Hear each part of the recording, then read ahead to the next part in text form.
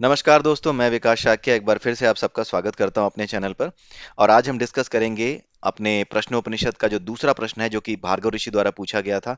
उसके उत्तर में पिप्पलाद मुनि ने जो आंसर दिया है, उस आंसर के बाकी बचे हुए जो 8 श्लोक हैं, आज हम डिस्कस करेंगे और देखेंगे कि किस प्रकार से जो प्राण है वो सभी प्रकार से पूजनीय है। प्राण ही सभी प्रकार से इस पूरे के पूरे विश्व का, पूरे के पूरे जगत का एकमात्र सूत्रधार है।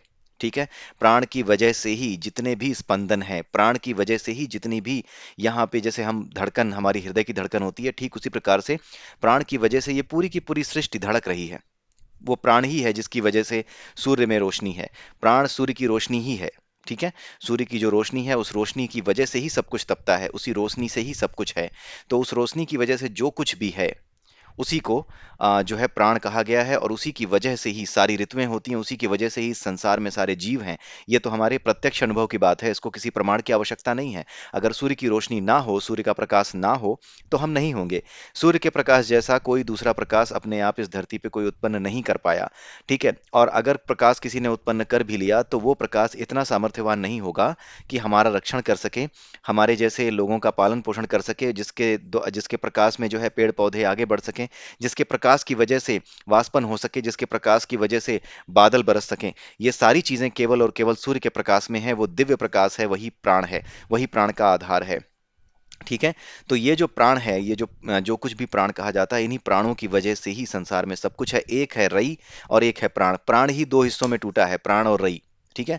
वो जो प्रजापति है, वही दो हिस्सों में टूटा है, प्राण और रई। जो प्राण है वो रई को भोगता है, रई को भोगने का काम प्राण करता है, लेकिन है वो भी प्राण ही के दो हिस्से हुए हैं, रई और प्राण के रूप में। तो उसी के बारे में सब कुछ जो है हमारे इसमें जो है प्रश्नोपनिषद के दूसरे प्रश्न में डिस्कस किया गया है कि प्राण कितना महत्वपूर्ण है। उसी प्राण के बारे में सारी बातें कही गई हैं। ये जो सूर्य का प्रकाश है, जिसकी वजह से ही सब कुछ चल रहा है, वही प्राण का आधार है, प्राण उसी की वजह से है। प्राण में वही सब है। वही प्राण ईश्वर से प्रकट है। और इसीलिए भगवान कृष्ण ने भगवत गीता में कहा है कि सबसे पहले ये ज्ञान मैंने किसको दिया? सूर्य को दिया। इसका मतलब ये नहीं है कि सूर्य कोई आदमी था। सूर्य वो तत्व है जिस तत्व की वजह से एक ऐसी अग्नि उत्पन्न है, उसमें वो तत्व है जो कि हमारा जीवन इस पृथ्वी पे, इस पूरी की पूरी सृष्टि में जहां तक सूर्य का प्रकाश है, उसी सूर्य के प्रकाश की मदद से दूसरी सृष्टियों में भी, दूसरी सृष्टियों में नहीं, दूसरे ब्रह्मांडों में भी जीवन होगा। ऐसे ही सूर्य वहां होंगे। तो जो सूर्य का प्रकाश है, उसी को सबसे पहले इस तत्व का ज्ञान दिया गया कि किस प्रकार से सभी जीवों का पालन पोषण, सभी जीवों को चलाने की क्रिया की जाती है। तो सूर्य के प्रकाश में जो प्राण आधार है, उसमें सारा ज्ञान है। तभी तो आप देखते हैं कि हम सूर्य के प्रकाश के बिना जीवित नहीं रह सकते। सूर्य के प्रकाश के बिना संसार का काम नहीं हो सकता। सूर्य के प्रकाश के बिना पौधे भोजन नहीं बना सकते। ठीक है। They can not create the food for themselves. और उसके बाद हम भी नहीं खा सकते, तो हमारे पास कुछ रहेगा ही नहीं।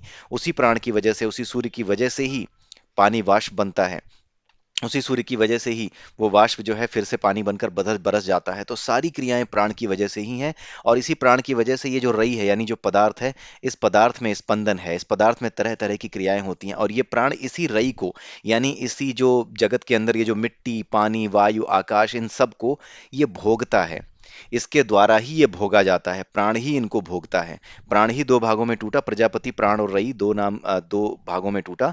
और प्राण के माध्यम से रई को वो खाता है, उसको भोगता है। ठीक है। तो है दोनों एक ही, प्राण और रई दोनों एक ही हैं। लेकिन प्राण रई का भोग करता है, रई को खाने का काम करता है, रई उसका चढ़ावा है प्राण का। ठीक है। जैसे अगर हम, शरीर है हमारा जीवित, राइट? तो शरीर में हमारे प्राण है, लेकिन ये प्राण कैसे चल रहे हैं? ये प्राण जब भोग रहे हैं इस पृथ्वी को, जो रई है, यानी जो पदार्थ है, जो अन्न है, ये पदार्थ है, ये रई है, ये अन्न जो है, इसका भोग कर रहा है ये प्राण, तभी ये प्राण चल रहा है। तो भोगते हुए, ये प्राण खुद को ही भोगते हुए, अपने ही एक रूप को भोगते हुए अपने आप को बनाए रखता है। तो यही कहा गया है कि प्राण और रई असल में एक ही हैं। ठीक है। केवल दो रूपों में प्रकट हैं, और प्राण जो है रई को भोगने वाला है। इस सिंपल से एग्जाम्पल से आप समझ गए होंगे। ठीक है। इससे पहले कि हम बाकी बचे हुए 8 श्लोक डिस्कस करें, मैं आपको बता देना चाहता हूं कि एक बुक मैंने लिखी है, भगवत गीता विज्ञान खंड। इसमें केवल 6 चैप्टर हैं, लास्ट के जो 6 चैप्टर हैं भगवत गीता के, वही इसमें डिस्कस किए गए हैं। ठीक है। लास्ट के 6 चैप्टर स्पिरिचुअल साइंस हैं। ठीक है। हमारा जो पूरा का पूरा ज्ञान होता है वो तीन भागों में हमारे लाइफ में जो हम पढ़ते हैं, जो हम ज्ञान अर्जित करते हैं, वो तीन रूपों में हमारे सामने आता है: विज्ञान, मनोविज्ञान और फिलॉसफी यानी दर्शन के रूप में। सबसे पहले हम विज्ञान समझते हैं, उसके बाद हमारा मनोविज्ञान डेवलप होता है, और उसके बाद जो और आगे निकल जाते हैं ज्ञान लेने के क्रम में, उनका मनोविज्ञान डेवलप होने के बाद वो एक लेवल पे फिलॉसफी के लेवल पे आ जाते हैं, और तब वो उस सब्जेक्ट की पीएचडी करते हैं। ठीक है। तो सबसे पहले आप ज्ञान लेते हो, विज्ञान का अध्ययन करते हो। इसीलिए जो भगवत गीता है उसमें जो 18 चैप्टर है, उसमें शुरू के 6 चैप्टर दर्शन है, बाद के 6 चैप्टर आपके, बीच के 6 चैप्टर जो हैं वो आपके साइकोलॉजिकल डेवलपमेंट के लिए हैं, आपके आपकी जो स्पिरिचुअल साइकोलॉजी है उसको डेवलप करते हैं, और लास्ट के जो 6 चैप्टर हैं वो स्पिरिचुअल साइंस हैं, आध्यात्मिक विज्ञान है। इसलिए वो जो लास्ट के 6 चैप्टर हैं आध्यात्मिक विज्ञान, उसको इस संसार के अनुसार ही सबसे पहले विज्ञान को उठाने के लिए ही मैंने ये पहला खंड जो है भगवान की कृपा से लिखा, जिसको विज्ञान खंड मैंने नाम दिया, भगवत गीता विज्ञान खंड। और ये मार्केट में उपलब्ध है, 20 नवंबर से ही उपलब्ध है। आप इसको ऑर्डर करें, इसे जरूर पढ़ें और फीडबैक यहाँ पर जरूर दें कि आपको ये बुक कैसी लगी। ठीक है। और इसके अलावा मैं आपको इसके बारे में भी बता चुका हूँ, जो आप उपनिषद पढ़ रहे हैं, इसके लिए भी आप जो है जो गीता प्रेस गोरखपुर की जो ईशादि नौ उपनिषद करके बुक आती है, उस बुक को खरीद लें, वहीं से रेफर करके मैं ये चीज़ें आपको बताता हूँ। वो बहुत अच्छा एक्सप्लेनेशन है। ठीक है। तो उसका इस्तेमाल करें और उसे पढ़ें, और वहाँ से अगर आप रेफर करते हैं तो आपको ये सारी बातें जो मैं बता रहा हूँ वहाँ पे अब आसानी से समझ में आने लगेंगी। अगर आप उसे स्वयं उठाते हैं और अगर आपके ऊपर किसी गुरु की कृपा नहीं है, या फिर आप अपने आप पहली बार पढ़ रहे हैं, तो हो सकता है कि आपको थोड़ी दिक्कत महसूस हो, थोड़ी परेशानियों का सामना करना पड़े। लेकिन अगर आप ये वीडियोस, हमारे जो चैनल पे वीडियोस हैं, अगर आप इन्हें देखते हैं, लगातार देख रहे हैं, आप उस ग्रंथ को, जो ईशादिनोपनिषद है, जो गीता प्रेस गोरखपुर का है, उसमें लिखी बातों को भी समझने लगेंगे। ठीक है। और चीज़ें आपके लिए आसान हो जाएंगी। इनफैक्ट इतना समझने के बाद आप अपने आप ही दूसरे जो उपनिषद हैं उनमें जो बातें कही गई हैं उनको भी समझने लगेंगे। ठीक है। तो आइए देखते हैं दूसरे प्रश्न में जो है क्या कहा गया था। दूसरे प्रश्न में आपको पता है कि प्राण का महत्व बताया जा रहा है। शरीर में बहुत सी इंद्रियां हैं, शरीर में हर इंद्रिय का अपना काम है। तो एक बार ये इंद्रियां आपस में लड़ झगड़ रही थी कि हम श्रेष्ठ हैं, हम श्रेष्ठ हैं, लेकिन प्राण ने कहा कि रुको, मैं तुम्हें बताता हूं, मुझसे श्रेष्ठ कोई नहीं है।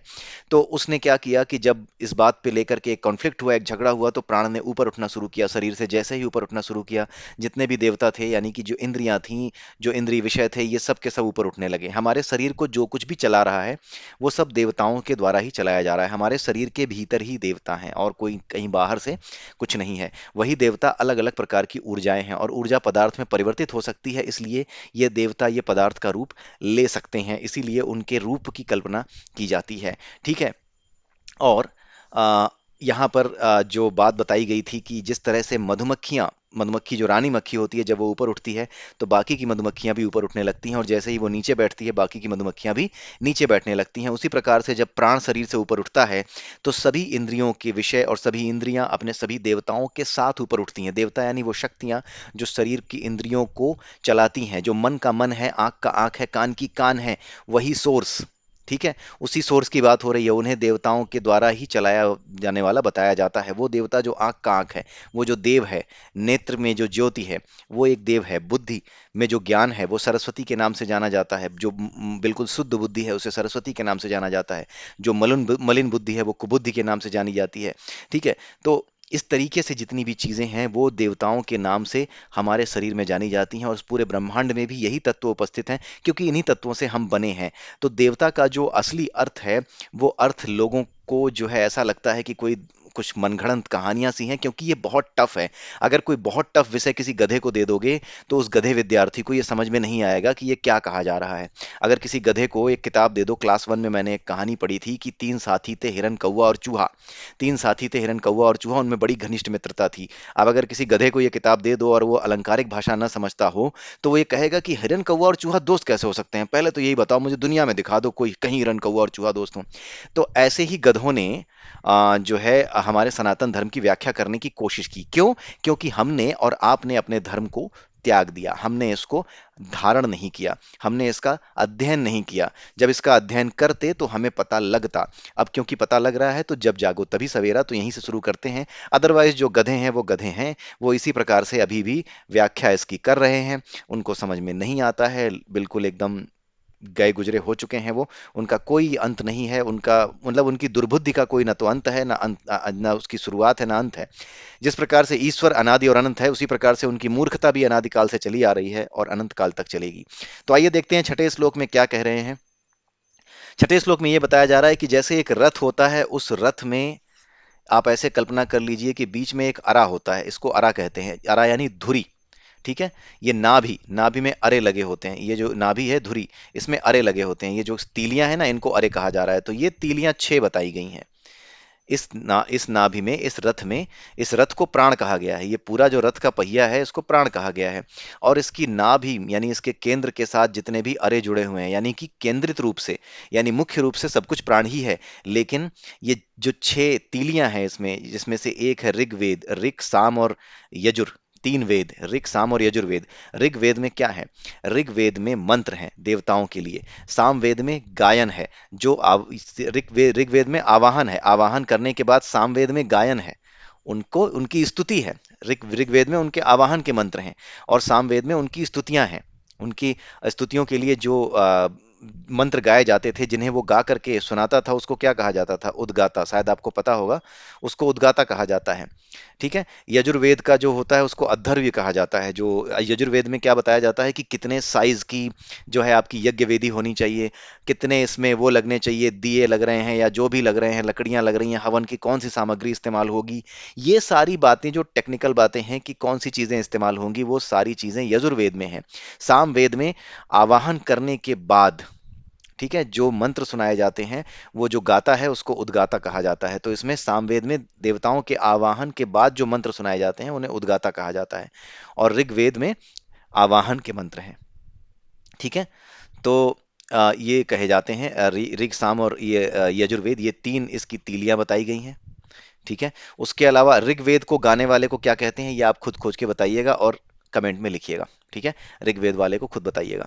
ठीक है। उसी प्रकार से अब ये ऋग, साम और यजुर्वेद, असल में जो वेद हैं वो कर्म करने के तरीके हैं, देवताओं को प्रसन्न करते हुए कर्म करने के तरीके हैं। और देवता कोई अलग से नहीं है, वो आपके भीतर ही हैं। वो सारे एलिमेंट जिससे आप बने हैं, अगर आप उन्हें खुश नहीं रखेंगे, प्रसन्न नहीं रखेंगे, यानी उनका संतुलन अपने शरीर में बिगाड़ेंगे, तो आपको तरह तरह की बीमारियां होंगी, मानसिक रूप से आप विक्षिप्त होंगे, मानसिक रूप से आपको बीमारियां लगेंगी, और उसके बाद क्या होगा कि आप सही से काम नहीं कर पाएंगे। इसलिए आप सही से काम कर सको, इसीलिए यजुर्वेद, सामवेद और ऋग्वेद के मंत्र बनाए गए हैं। मंत्रों का प्रभाव होता है, मंत्रों में जो ध्वनि तरंगे होती हैं उनका प्रभाव होता है। आप लोग कहते हैं कि ध्वनि तरंगों का क्या प्रभाव होगा? कमाल की चीज ये है कि आपने ध्वनि तरंगों के माध्यम से काम करने वाले यंत्र अपने जीवन में देख लिए होंगे। विज्ञान इतना आगे आ चुका है कि आपने देखा होगा। अगर आप दिल्ली या इसके आसपास के इलाकों में रहते हैं, तो आपने देखा होगा कि कोविड के आने से पहले एक शटल सर्विस चला करती थी। उस शटल सर्विस में क्या होता था कि एक जो है ध्वनि तरंगों के माध्यम से उसकी फ्रीक्वेंसी को मैच करके आपकी जो रिजर्वेशन है उसको कंफर्म करने वाला, आप रिजर्वेशन करते थे, फिर उसके बाद जैसे ही उसको आप स्कैन करते थे, वैसे ही एक ध्वनि तरंग उत्पन्न करता था आपका मोबाइल, वो एप्लीकेशन और उसकी तरंग को नाप करके वो कंफर्म कर लेता था, उसको ट्यून करके वो कंफर्म करता था कि आप ही हो या नहीं हो। जैसे ही मैच हो जाती थी, वैसे ही वो आपको वो कर लेता था कि हाँ भाई ऑन बोर्ड हो जाइए आप। तो ध्वनि तरंगों के माध्यम से ट्यूनिंग का काम सिर्फ और सिर्फ हमारे यहाँ ही नहीं होता, ये पूरा का पूरा ब्रह्मांड अपने आप हर चीज की ट्यूनिंग करता रहता है। कुछ चीजों की ट्यूनिंग हम जबरदस्ती कराते हैं, कुछ चीजों की ट्यूनिंग ये यूनिवर्स जो देवताओं के स्तर पे हैं वो खुद कर रहा होता है। तो ये कुछ और नहीं है, हमारे भीतर जितने भी देवता हैं, ये कुछ और नहीं है, ये हमारे भीतर अलग अलग एलिमेंट्स हैं, जो आंख की तरह काम कर रहे हैं, कान की तरह काम कर रहे हैं, जो इंद्रियों को उनके विषय में लगाते हैं, जो हाथों को उसके काम में लगाते हैं, जो मन को सोचने के काम में लगाते हैं, ये वही सब देवता हैं। और उन सभी देवताओं के क्या है, मुख्य स्रोत कौन है? परमात्मा, उन्हीं से ये उत्पन्न है। उनकी जो है क्रिया विधि संपन्न करने के लिए, इस पूरे काम को संपन्न करने के लिए तरह तरह के देवता लगाए गए हैं। ठीक है। तो ये तीन अरे कौन से हो गए? यजुर्वेद, सामवेद और ऋग्वेद। ठीक है, ये तीन हो गए। वेदत्रयी इनको कहा जाता है, इन तीन वेदों को वेदत्रयी कहा जाता है। अथर्ववेद बाद में लिखा गया था।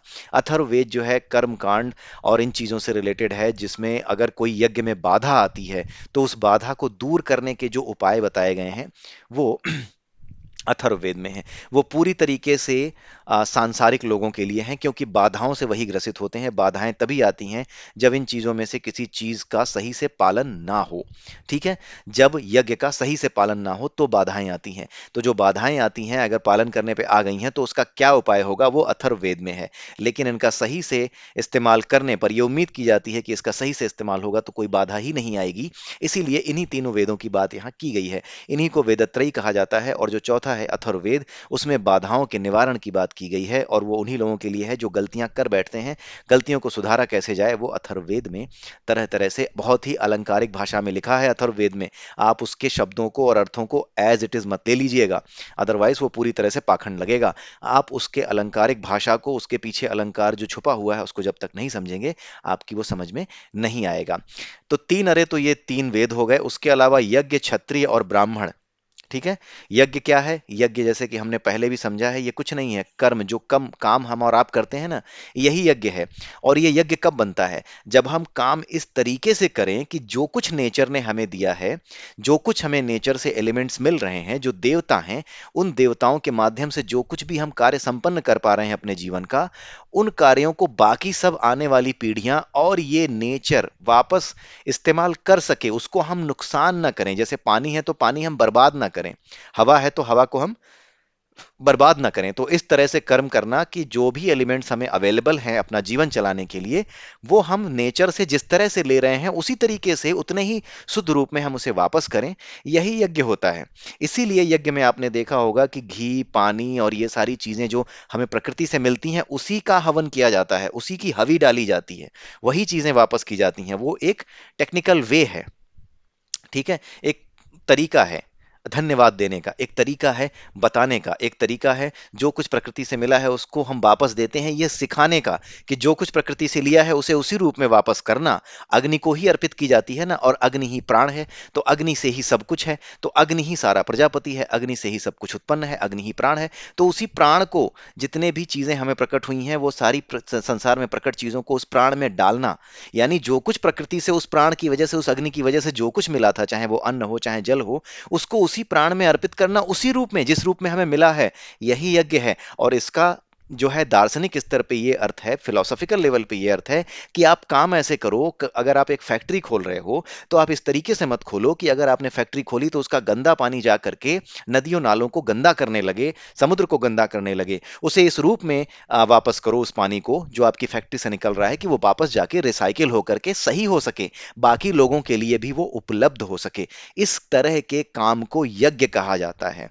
यज्ञ का मतलब बहुत लोग गलत तरीके से निकालते हैं, उन्हें अर्थ पता नहीं होता। यज्ञ का अर्थ है जो कुछ आपने इस प्रकृति से लिया है, जो कुछ इस प्राण रूपी अग्नि से उत्पन्न है, जो कुछ भी उत्पन्न हुआ है उसे उसी रूप में उसे वापस करना, यानी उस प्राण को उसी रूप में वापस करना, ताकि वो चक्र बना रहे। अपनी तरफ से आप गलती करके उन चक्र को बिगाड़ो ना। अगर आप बिगाड़ोगे तो क्या होगा? ये प्रकृति कभी कोविड के रूप में, कभी बीमारी के रूप में, कभी महामारी के रूप में, किसी रूप में आकर के आपको नष्ट करती रहेगी, क्योंकि वो तो यज्ञ कर रही है। अगर आप यज्ञ नहीं करेंगे तो ये नेचर यज्ञ करेगा, और जब ये नेचर यज्ञ करेगा तो फिर वो आपकी आहुति लेगा। यही हो रहा है। ठीक है, यही होता है। ये जो बीमारियां आ रही हैं, ये जो युद्ध हो रहे हैं, ये और कुछ नहीं है, युद्ध भी यज्ञ है। अगर आप युद्ध सही के लिए नहीं करोगे तो ये प्रकृति आपको युद्ध में इन्वॉल्व करेगी। कौन से युद्ध में? धर्म युद्ध में। ये इस तरह की परिस्थितियां क्रिएट करेगी जहां सही को गलत के खिलाफ खड़ा होना पड़ेगा, लड़ना ही पड़ेगा। और जो तत्व, यानी जो शांति रूपी तत्व था, जो करुणा रूपी तत्व था, जो सबको चलाए रखता था,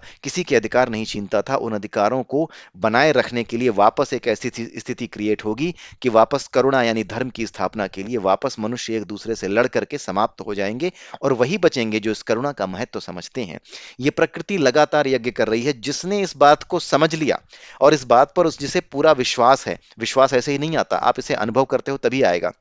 अदरवाइज मेरी बातें किसी और को अगर आप सुनाओगे तो वो कहेंगे कि ये केवल और केवल जो है बेवकूफ बना रहा है, केवल और केवल बातें छौंक रहा है, और कुछ नहीं है। ये सत्य है, लेकिन जिसने इस बात को समझ करके अनुभव कर लिया कि हाँ ऐसा ही है, अनुभव करने के बाद इसने जान लिया, वो जान जाता है कि अभी संसार में क्या हो रहा है और आगे आने वाले समय में संसार में क्या होगा। ठीक है, पीछे जो हुआ वो क्यों हुआ, वो सब कुछ समझने लगता है, जानने लगता है।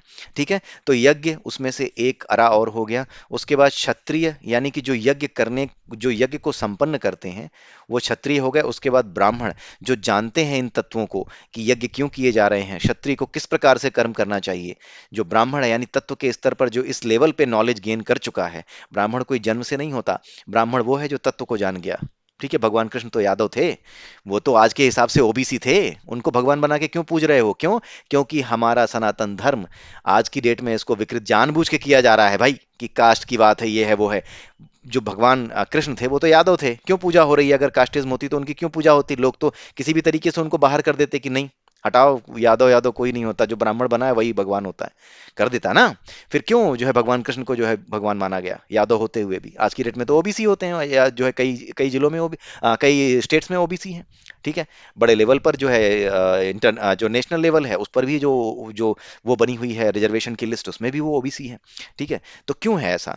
तो ये चीजें समझने वाली हैं। तो ये 6 अरे हैं, यानी केंद्रित रूप से, यानी जो कुछ भी किया जा रहा है और जो कुछ भी करने वाले हैं वो सब किससे उत्पन्न है? बाय डिफॉल्ट आपको समझ में आ गया हो कि सब कुछ प्राण से ही उत्पन्न है। बिना प्राण के, यानी बिना सूर्य की रोशनी, जिस सूर्य के प्रकाश के माध्यम से ये प्राण हम सब के भीतर प्रवेश कर चुका है, उस प्राण के बिना, माफ कीजिएगा, उस प्राण के बिना कुछ भी नहीं चल सकता। ठीक है, तो अल्टीमेटली ये जितनी भी चीजें हैं, केंद्र में जो केंद्र में प्राण है, और उस प्राण से जितने भी अरे लगे हुए हैं, ऋग्वेद, सामवेद, यजुर्वेद और यज्ञ, क्षत्रिय और ब्राह्मण, ये सारी चीजें जो लगे हुए हैं 6 अरे, ये सब के सब केंद्रित रूप से, केंद्रीकृत रूप में प्राण में ही स्थित हैं।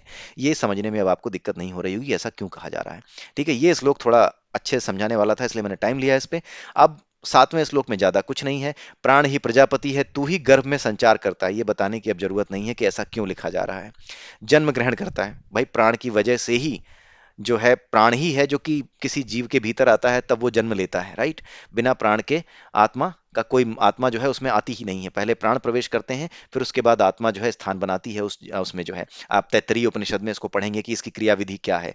तैत्तरीय उपनिषद एक ऐसा उपनिषद है जिसमें आज का साइंस जो बताता है कि बच्चे के पहले क्या बनते हैं, फिर क्या बनते हैं, क्या बनते हैं, और कैसे वो पूरा डेवलप होता है, वो सारा का सारा आपको जान करके यकीन नहीं होगा कि ये पहले से ही हमारे यहाँ तैत्तरीय उपनिषद में बताया गया है। वो सब हम बाद में पढ़ेंगे। तो यही प्राण है जो कि माता पिता के साथ संयुक्त होकर के एक नए प्राण के रूप में, एक नए जीव के रूप में जन्म ग्रहण करता है। और वो माता पिता किससे ग्रहण करते हैं जन्म? प्राण से ही जन्म ग्रहण करते हैं। बिना प्राण के माता पिता नहीं, और माता पिता के बिना नई संतान नहीं है। तो प्राण ही माता पिता के माध्यम से एक नई संतान के रूप में फिर से प्रकट होता है, यानी जन्म ग्रहण करता है। प्रजा तुझे ही बलि समर्पित करती है। बलि वही जो यज्ञ भाग होता है, उसी को बलि कहा जाता है, अभी हम जिसकी बात कर रहे थे। ठीक है, क्योंकि तू सभी इंद्रियों के साथ स्थित है, और इन इंद्रियों को ही देवता कहा जाता है। और इन इंद्रियों का जो कोऑर्डिनेटर है, जो देवताओं का राजा है, जो कोऑर्डिनेटर है, क्योंकि जब आप कोई काम करते हो, किसी चीज की इच्छा करते हो, तो एक बार में एक ही इच्छा की पूर्ति के लिए आगे बढ़ते हो, तो उस समय आपकी सभी इंद्रियों को जो कोऑर्डिनेट करने वाला सिस्टम है आपकी बॉडी में, कोऑर्डिनेटर है, उसी को इंद्र कहा जाता है। ठीक है, that is known as Indra, उसी को इंद्र कहते हैं।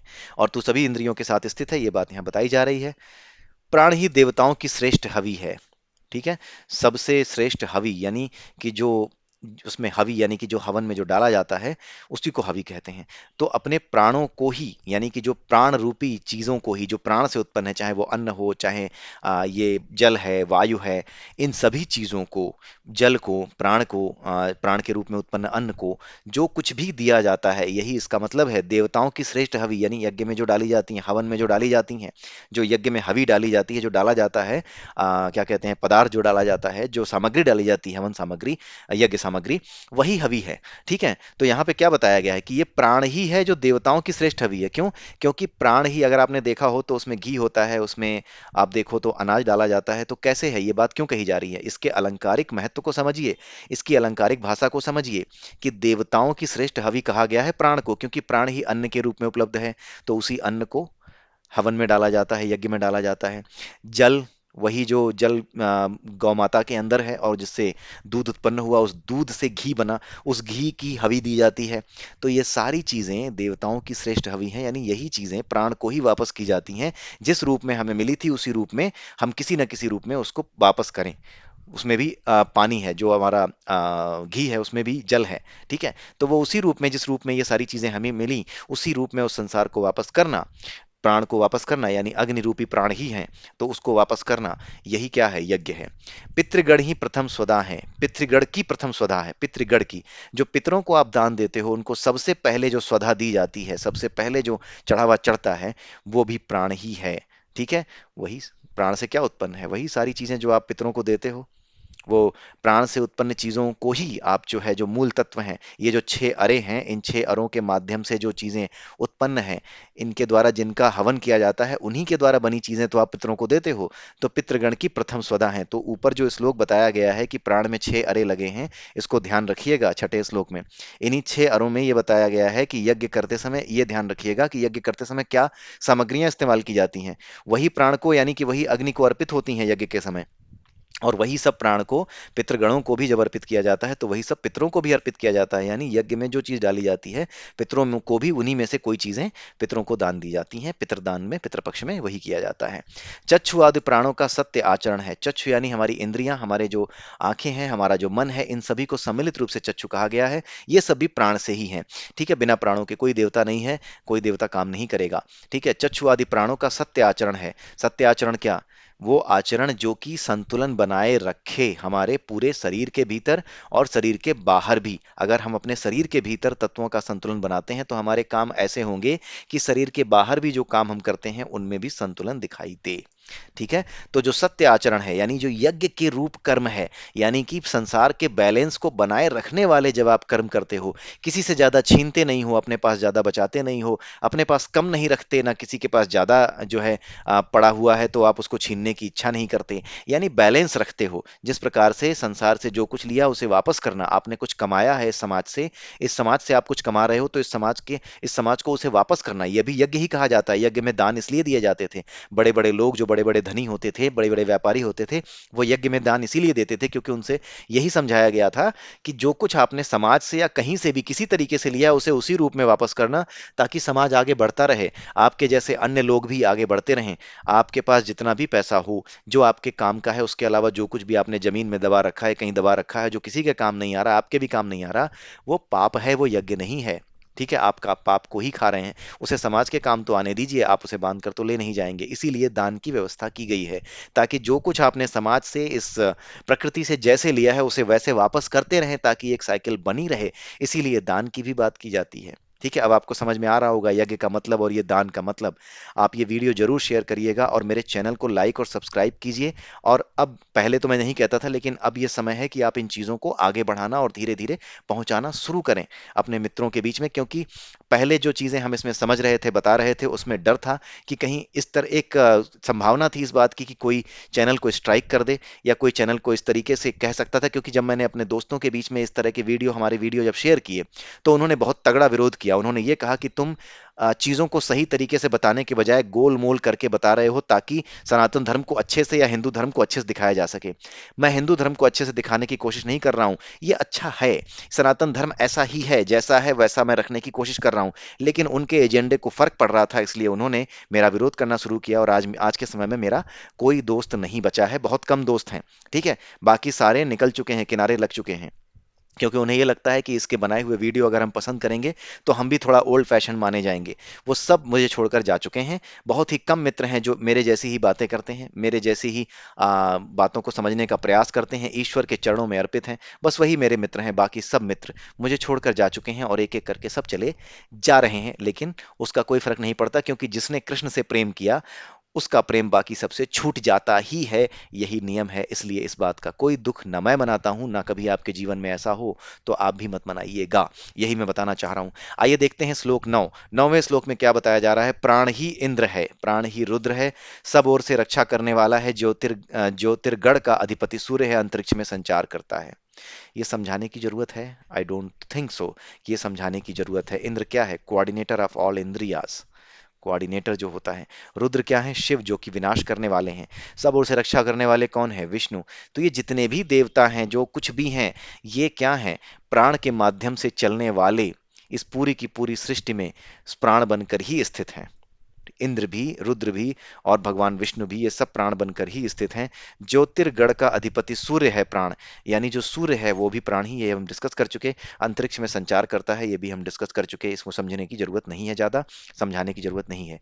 हे प्राण, जब तू जल बनकर बरसता है तो प्रजा अन्न की अपेक्षा कर खुश होती है। ये सिंपल सी बात है, समझने वाली कोई चीज नहीं है। ये बेसिकली जो देवता है ना, जिनको बता रहा था प्राण कि मैं ही सर्वश्रेष्ठ हूं, अब ये जो देवता है वो उसकी स्तुति कर रहे हैं प्राण की, और स्तुति करते समय ये कह रहे हैं कि हे प्राण, जब तू जल बनकर बरसता है तो प्रजा अन्न की अपेक्षा करके, यानी कि अन्न, अच्छा अन्न पैदा होगा ऐसी अपेक्षा करके वो खुश होती है। हे प्राण, तू संस्कारहीन है। प्राण के कोई संस्कार नहीं है, क्यों? क्योंकि संस्कार तो जब पैदा होते हैं, जब एक सिस्टम बनता है, ये सबसे पहला है, जो चीज सबसे पहली है उसके क्या संस्कार होंगे? जो चीज सबसे पहले उत्पन्न हुई है उसके कोई संस्कार नहीं होंगे। उसके उत्पन्न होने के बाद जब एक पूरी व्यवस्था बनती है, पूरा का पूरा प्रजा उत्पन्न होती है, तब इस प्रजा को चलाने के लिए जो नियम बनाए जाते हैं वो संस्कार होते हैं। लेकिन इस प्रजा को उत्पन्न करने वाले को किसी नियम, किसी संस्कार की आवश्यकता नहीं है, क्योंकि वो शुद्ध है ही।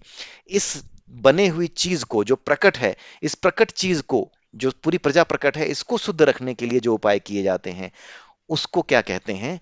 उसके लिए जो नियम बनाए जाते हैं उसको संस्कार कहते हैं। इसलिए प्राण उत्पन्न करने वाला होने के कारण संस्कारहीन है, लेकिन उसके द्वारा ये प्रजा जो उत्पन्न होती है उसमें संस्कार की आवश्यकता होती है, ताकि वो प्राण की तरह ही खुद को शुद्ध बना सके, क्योंकि प्राण तो खुद ही शुद्ध है, इसलिए उसने सब कुछ प्रकट किया है। लेकिन प्रजा खुद शुद्ध कैसे हो, वो कैसे नियमों से ना भटके, तो नियम बनाने पड़ेंगे। इसलिए प्रजा के लिए संस्कार हैं, लेकिन प्राणों के लिए कोई संस्कार नहीं है। एकर्षि नामक अग्नि है, प्राण ही एकर्षि नामक अग्नि है। एकर्षि नामक अग्नि वो होती है जो सभी प्रकार की हवियों, यानी सभी प्रकार की चीजों को जला करके अपने अंदर समाहित कर लेती है। कुछ विशेष प्रकार की अग्नियां होती हैं, आपको पता होगा, अगर आपने सुंदरकांड भी पढ़ा हो तो उसमें बताया गया है कि सभी प्रकार की हवाएं, जैसे ही हनुमान जी ने पूंछ में आग लगी वैसे ही सभी प्रकार की हवाएं अंतरिक्ष में चलने लगी। सभी प्रकार की हवाएं इसलिए चलने लगी क्योंकि लंका सोने की थी, और उसमें तरह तरह के ऐसे तत्व विद्यमान थे जो साधारण अग्नि से नहीं, केवल एक या दो प्रकार की अग्नि से नहीं खत्म हो सकते थे। सभी प्रकार की अग्नियों के सभी प्रकार की वायु के माध्यम से, 49 तरह की वायु चलती हैं, उन सभी वायु के माध्यम से जो अग्नि सहारा पाती है, हर अग्नि को सहारा देने वाली एक वायु होती है। तो पता ही है कि बिना ऑक्सीजन के अग्नि नहीं हो सकती। तो जितनी प्रकार की हवाएं हैं 49 तरीके की, वो सभी तरीके की हवाएं चलने लगी, और जो कुछ भी सोने की लंका में था, जो सोना था, जो ऐसे नहीं जल सकता अग्नि के माध्यम से, साधारण माचिस की तीली से नहीं जल सकता, वो उन हवाओं के माध्यम से ऐसी अग्नि का रूप धारण कर लिया उस अग्नि ने, कि वो उस चीज को भी जलाने में सक्षम हो गई जो जलाई नहीं जा सकती साधारण अग्नि से। इसीलिए सोने की लंका भी जल करके राख हो गई। ठीक है, कुछ मूर्ख कहते हैं कि कैसे जो है सोने का तो गलनांक कितना है, बड़ा साइंटिस्ट बनते हैं। इतने बड़े गधे मूर्ख हैं कि बिना बातों को सोचे समझे वो तुरंत मुंह से बस कुछ भी बोल देना है, उनको कोई मतलब नहीं है क्या बोल रहे हैं, उनको बस मुंह से बोल देना है। गधे हैं एक नंबर के। उन गधों का पूरी तरीके से मैं एकदम जो है त्याग कर चुका हूं अपने जीवन में। ऐसे किसी भी गधे से मैंने बात करनी बंद कर दी है, क्योंकि ये गधे आपसे प्रश्न करके आपको दूषित करते हैं। उनको भी कुछ मत बताइए, ना उनसे कुछ सुनिए, उनसे दूर हो जाइए। ठीक है, एकर्षि नामक अग्नि, ये जो एकर्षि नामक अग्नि है ना, ये सभी हवाओं से युक्त है, सभी प्रकार की वायु का सहारा पा करके जो एकाग्र होकर के वायु, जो अग्नि उत्पन्न हुई है, वो एकर्षि है। और ये एकर्षि क्या है? सभी प्रकार की हवियों को, चाहे किसी भी तरह की हवन सामग्री हो, उसको निगल जाने में सक्षम है, यानी उसको जलाकर समाप्त कर देने में उसको सक्षम है। ठीक है, विश्व का सतपति, ये विश्व का साधु पुरुष है, पूरे विश्व का साधु पुरुष प्राण ही है, क्योंकि वो सबकी रक्षा कर रहा है।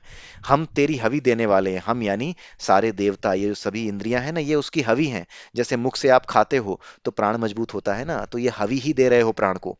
ठीक है, यही बात कही जा रही है। अलंकारिक भाषा है, लेकिन आप बने रहिए हमारे चैनल पे, ये सारी अलंकारिक भाषाएं आपको क्लियर हो जाएंगी। क्या लिखा है, क्या कहा जा रहा है, सब समझ में आएगा। हम तेरी हवि देने वाले हैं, यानी हम देवता, देवता ही बता रहे हैं कि हम सारी हवि देने वाले हैं, यानी हम सभी जितने भी देवता हैं, जो इंद्रियां हैं, जो हाथ हैं, कान हैं, ये सभी का एक अधिष्ठान देवता है। ये सभी आपको, प्राण को मजबूत करने वाले हैं। ठीक है, तो हम ही आपको हवि देने वाले हैं। जैसे मुख हो गया, तो मुख का जो अधिष्ठान देवता है, उसके द्वारा जो हम खाते हैं, उस खाने से ही हमारा जो है शरीर मजबूत होता है, प्राण मजबूत होते हैं। तो ये इंद्रियां, ये जो देवता हैं, यही हवि हैं, यही हवि दे रहे हैं। हे वायु, तू हमारा पिता है। हे वायु, वायु कौन है? प्राण की वजह से ही वायु उत्पन्न है, उसी को मातरिश्वान भी कहा जाता है।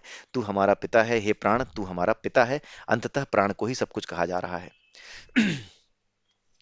अब यहाँ पे प्रार्थना की जा रही है कि तुम वाणी में भी उपस्थित हो, इसी प्राण की वजह से वाणी है, ये बताने की जरूरत नहीं है कि कैसे है। हर चीज जब प्राण से उत्पन्न है तो वाणी भी प्राण से उत्पन्न है। श्रोत यानी कान, नेत्र, आंख और मन, इन सब में प्राण व्याप्त है। और इन सब में जब व्याप्त है तो ये प्रार्थना की जा रही है सभी देवताओं के द्वारा कि जितनी भी इंद्रियां हैं, जो भी हमारा मन है, इन सभी को तू शांत रख। शांत रखने से मतलब क्या है? शांत रहने पे ही सही तरीके से काम हो सकते हैं, सही निर्णय हो सकते हैं, सही कोऑर्डिनेशन हो सकता है। इसीलिए सभी देवता चाह रहे हैं कि सही शरीर में जब सही कोऑर्डिनेशन हो, इसलिए जिस तरीके से ये प्राण स्वयं शांत रहता है, उसी तरह से तू हमें भी शांत रख। तू उत्क्रमण ना कर, हमें परेशान मत कर। ऐसा मत करना कि हमारे शरीर में प्राण जो है वो उत्क्रमण करने लगे। अगर उत्क्रमण करने लगे तो हमारी मदद कर। तो जब मदद करता है ये प्राण, तो किस रूप में करता है? ज्ञान के रूप में करता है, किसी कर्म के फल के रूप में करता है, दुख के रूप में करता है। दुख जब मिलते हैं तो उसे क्या कहा जाता है? लोग कहते हैं बड़ा बुरा समय आ गया है, लेकिन दुख ही वो समय है जो आपको सिखाता है। ठीक है, तो ये प्राण के ही काम है जो कि आपके पूरे शरीर को चला रहा है, मन को चला रहा है। मन को ही सुख और दुख का अनुभव होता है, क्योंकि मन ही वासनाओं में लिप्त है। उसका काम है लिप्त रहना। और जो प्राण है उसका काम है पूरे के पूरे शरीर को नियम के अनुसार चलाना। अगर आप नियम का उत्क्रमण करते हो तो प्राण आपको सही तरीके पे लाने के लिए आपके कर्मों के फल के रूप में आपको दुख देता है। वो पूरी मॉडस ऑपरेंडी सेट है कि किस तरीके से चीजें बदल जाएंगी आपके लिए। और लास्ट में कहा जा रहा है अधिक क्या कहें, किम बहुना। संस्कृत में अधिक क्या कहें, व्हाट टू से मोर, इसके लिए किम बहुना का इस्तेमाल किया जाता है कि अधिक क्या कहें। जो कुछ सभी लोकों में, सभी प्रकार के स्वर्ग लोकों में स्थित है, जो कुछ भी ऊपर के लोकों में स्थित है, उन सबको प्राण ही रक्षा करता है। वो सब प्राण के ही अधीन है। तो ठीक उसी प्रकार से जैसे माता पुत्र की रक्षा करती है, उसी प्रकार तू भी हमारी रक्षा कर, तथा हमें श्री और बुद्धि यानी लक्ष्मी यानी धन और बुद्धि, ये सब प्रदान कर। क्यों प्रदान कर? इसलिए थोड़ी कि हम कमा करके बैठ जाएं, इसलिए ताकि हम कर्म सही से कर सकें। ज्यादा कमाना किस लिए है? ताकि आप समाज के काम आ सको, आपका कमाया हुआ धन समाज के हित में लग सके। बुद्धि ज्यादा क्यों चाहिए? ताकि आप अपनी बुद्धि का इस्तेमाल करके समाज के हित में कार्य कर सको, यज्ञ कर सको। यज्ञ का कॉन्सेप्ट ही इसलिए आया। कुछ लोग पूछते हैं ना कि भगवान को पा लिया तो पाके क्या करें? यज्ञ अगर करना है तो यज्ञ क्यों करें, हमें क्यों यज्ञ करना? वो मतलब ही नहीं जानते यज्ञ का। यज्ञ का मतलब है एक सस्टेनेबल डेवलपमेंट वाला काम, सस्टेनेबल वर्क, एक रिसाइकलिंग वर्क, एक ऐसा वर्क जिसमें रिसाइकलिंग इन्वॉल्व हो, सो दैट ये साइकिल पूरी तरीके से सही तरीके से चलती रहे। इसीलिए ये चीजें की जाती हैं, इसीलिए यज्ञ की बात की जाती है। यज्ञ बहुत ही इंपॉर्टेंट चीज है, बहुत ही इंपॉर्टेंट कॉन्सेप्ट है। अगर ये पूरे संसार ने यज्ञ के कॉन्सेप्ट को, अगर पूरे संसार ने जिस दिन समझ लिया, जिस दिन ये बात जो हम यहाँ इस चैनल पे कह रहे हैं, जिस दिन इस संसार के हर व्यक्ति तक पहुंच गई और उसने इस बात को समझा, इसे मजाक में नहीं उड़ाया, इस बात को वाकई में केवल सुनने के बाद इसका मजाक उड़ाने के बजाय वेदों में, शास्त्रों में और जाकर के ग्रंथों में या विद्वानों के माध्यम से इसे समझने की जब कोशिश करेंगे वो, तो वो जान जाएंगे कि यज्ञ क्या है और ये इतना मुश्किल काम नहीं है। जो कुछ भी आज की डेट में सस्टेनेबल डेवलपमेंट गोल्स की बात होती है, एसडीजी, कितने सस्टेनेबल डेवलपमेंट गोल हैं? 30 हैं। सस्टेनेबल डेवलपमेंट गोल 30 बनाए हैं पूरी दुनिया ने, यूएन ने मिलकर के 30 सस्टेनेबल डेवलपमेंट गोल बनाए हैं। और उसको कंप्लीट करने के लिए 2030 तक का समय रखा है। सॉरी, 17 सस्टेनेबल डेवलपमेंट गोल बनाए हैं, 30 नहीं है, 17 हैं। और उसको 2030 तक कंप्लीट करने का लक्ष्य रखा है। सस्टेनेबल डेवलपमेंट गोल और कुछ नहीं है, जो कुछ है उससे प्रकृति को वापस करते हुए कर्म करना, यानी सभी के लिए सब कुछ उपलब्ध कराना, यही उद्देश्य है सस्टेनेबल डेवलपमेंट गोल का। और वही यज्ञ है। तो जो कुछ भी सस्टेनेबल डेवलपमेंट गोल के नाम से जाना जाता है, उसी को यज्ञ आप कहते हैं, वही यज्ञ है। ठीक है, तो इसी के साथ आज का ये वीडियो समाप्त होता है। आई होप कि आपको ये दूसरे प्रश्न का उत्तर समझ में आया होगा, और अगर आपको ये समझ में आया होगा तो आप निश्चित ही आनंद में मग्न हो जाएंगे, क्योंकि ये बहुत ही जबरदस्त जो है प्रश्न था। और बहुत ही जबरदस्त ये उपनिषद है, प्रश्नोपनिषद। इसमें कई प्रश्नों के उत्तर बड़े ही रोचक ढंग से बताए गए हैं। ठीक है, तो इसी के साथ ये वीडियो मैं समाप्त करता हूँ। आप सभी को आज का दिन शुभ हो। नमस्कार, जय श्री राम, जय श्री राम, जय श्री कृष्णा, जय श्री राधे।